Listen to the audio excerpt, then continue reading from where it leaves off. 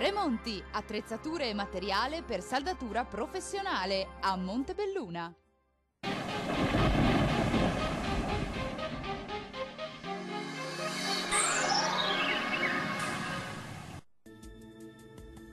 Prosegue un tempo asciutto e stabile sul Triveneto con qualche nube ma anche con ampi spazi soleggiati.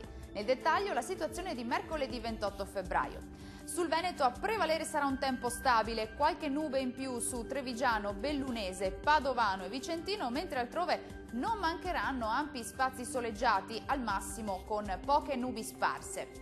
Diamo uno sguardo alle temperature, le minime saranno comprese tra meno 5 e meno 2 gradi, massime fredde tra meno 1 e 2 gradi circa. Spostiamoci ora a vedere la situazione del Friuli Venezia Giulia. Anche qui sarà asciutto e stabile, ampio soleggiamento con cielo al massimo poco nuvoloso ma con qualche addensamento in più sul Pordenonese. Temperature gelide con minime tra meno 4 e meno 9 gradi, massime tra lo 0 e 1 grado.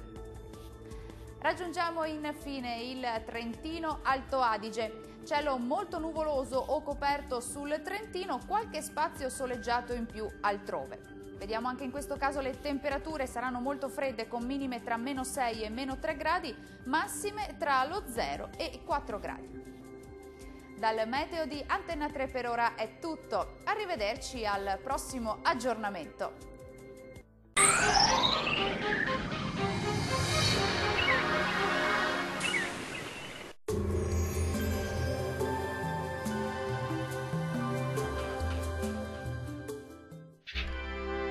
Tremonti, attrezzature e materiale per saldatura professionale a Montebelluna.